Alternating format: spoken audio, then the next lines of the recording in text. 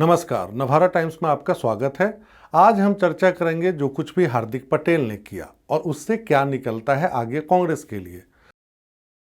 तो हम सब कभी न कभी किसी बात की चिंता में रहते हैं, वो चिंता सताती भी है। ऐसी स्थिति में हम क्या करते हैं? चिंतन मनन। कई बार हम सीलिंग फैन को निहारते हुए सोचते हैं, कभी कोई बात कर रहा होता है लेकिन हमें उसकी आवाज़ सुनाई नहीं देती। हम हाँ हूँ कर जताते हैं कि ठीक है, मैं तुम्हारी आवाज़ सुन रहा हूँ। मन में वो चिंता खाई जा रही होती है। हम सोचते रहते हैं कि इसका निदान क्या है। ये बहुत ही स्वाभाविक है, ऐसा व्यक्ति के साथ भी हो सकता है और व्यक्तियों के समूह या संस्था के साथ भी। यही कांग्रेस के साथ हुआ। सोनिया गांधी, राहुल गांधी को अचानक एहसास होता है कि पार्टी अब 2 राज्यों तक सीमित है, इसलिए 10 जनपद की डाइनिंग टेबल पर चिंता करने का वक्त गुजर गया। अब सामूहिक चिंतन की जरूरत है, जबकि चिंता करने की मांग पार्टी के बड़े नेता पहले से कर रहे थे। इस मांग पर सोनिया ने ध्यान ही नहीं दिया। वो तो उत्तराखंड, उत्तर प्रदेश, पंजाब, गोवा और मणिपुर के विधानसभा चुनाव परिणाम के नतीजे कहिए, जिसने परिवार को सामूहिक चिंतन के लिए मजबूर किया।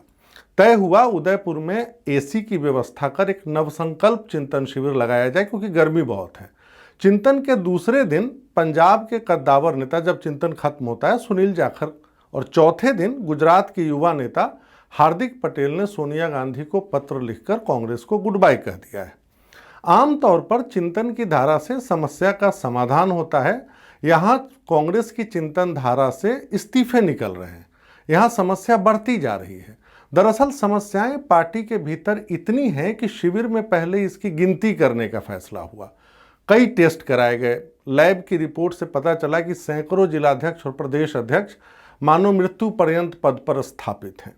एक रिपोर्ट ये आई कि पार्टी में युवाओं की भागीदारी कम है। गिनती करने पर पता चला ये 100 में 50 भी युवा कई संगठन में नहीं है। फिर अपवाद के साथ परिवारवाद को भी बीमारी के तौर पर चिन्हित किया गया।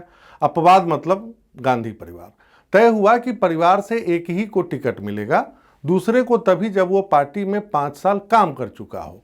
कुछ बीमारियों की लिस्ट तो प्रशांत किशोर भी लेकर आए थे। उनकी गली नहीं तो वो बिहार जाकर सुराज की बात करने लगे।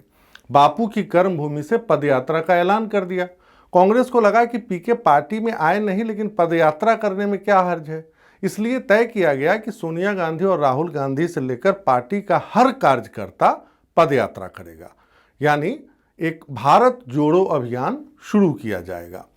लेकिन 3 दिनों के चिंतन शिविर में सिर्फ बीमारियों की लिस्ट लंबी हुई। मर्ज का पता चल गया है। निदान कैसे होगा, अब इस पर काम करना है। लेकिन कैसे होगा वो काम, इसको लेकर क्लैरिटी नहीं है। इसने शायद कुछ नेताओं को निराश कर दिया। हार्दिक भी इन्हीं में से एक हैं। गुजरात की बीमारी का इलाज राहुल गांधी इन्हीं से कराना चाहते थे। हार्दिक ने पटेलों को आरक्षण के मुद्दे पर भाजपा के खिलाफ जो हवा बनाई थी, उसे जिग्नेश मेवानी के दलित चेहरे के साथ मिक्स कर कांग्रेस 2022 के आखिर में अहमदाबाद से भाजपा को उखाड़ फेंकना चाहती थी। लेकिन हार्दिक ने खुद ही कांग्रेस में इतनी बीमारियां गिना दी हैं जिसकी कल्पना संकल्प शिविर में कांग्रेसियों ने भी नहीं की थी। सोनिया गांधी को 3 भाषाओं में पत्र लिखकर हार्दिक ने पार्टी से छुटकारा पाया है। उसमें 10 से ज्यादा ऐसे मुद्दे गिनाए गए हैं जिन पर कांग्रेस के रवैये से वो बहुत दुखी हैं। कुछ बीमारियां या खामियां सीधे तौर पर उन्होंने राहुल गांधी में खोज ली है। ये बड़ी चिंता की बात है। इतनी हिम्मत तो G23 ने भी खुलकर नहीं दिखाई थी। अब इसको बीमारी कहें या आदत, ये आपको तय करना है। जो हम बताने जा रहे हैं, जो हार्दिक ने कहा। बकौल हार्दिक, जब भी वो गुजरात के हितों की बात करते तो राहुल गांधी मोबाइल में घुस जाते हैं, मतलब ध्यान नहीं देते। दूसरी बात, जब भी देश में संकट आता है तो हमारे नेता विदेश में होते हैं, ये उन्होंने कहा।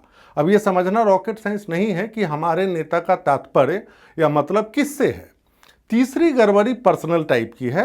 हार्दिक के मुताबिक वे जब भी गुजरात आते हैं तो सभी बड़े नेता अपना चिकन सैंडविच राहुल गांधी को खिलाने में लग जाते हैं। चौथी शिकायत तो प्रचंड गंभीर है। हार्दिक का कहना है कि वो अपनी गाड़ी से 500-600 किलोमीटर दूर चलते हैं, लेकिन पेट्रोल का पैसा भी नहीं मिलता। जब पेट्रोल का दाम 110 रुपये लीटर हो, ऐसे में अपनी जेब फूंक कर पार्टी के लिए कौन काम करेगा। अब आइए एक और बड़े मुद्दे पे। क्रोनी कैपिटलिज्म आपने राहुल के मुंह से बहुत बार सुना होगा। वो मोदी पर हमला भी करते हैं कि अंबानी अडानी कुछ औद्योगिक घरानों को पैसे जाते हैं। अब अक्सर राहुल गांधी को आपने कहता तो सुना होगा कहते हुए, लेकिन हार्दिक ने इसे ट्विस्ट दे दिया। उन्होंने इससे गुजरातियों का अपमान बताया है। देश के पीएम भी गुजरात से आते हैं। हालांकि मैं ये नहीं कह रहा कि हार्दिक की सहानुभूति भाजपा के साथ हो गई है, ये वक्त बताएगा। अभी तो यही कहकर बात समाप्त करना चाहता हूं कि कांग्रेस को तुरंत एक निदान शिविर लगाने की जरूरत है। तो आज के लिए इतना ही। शुक्रवार को फिर हम नए टॉपिक के साथ आपसे रूबरू होंगे। तब तक के लिए नमस्कार।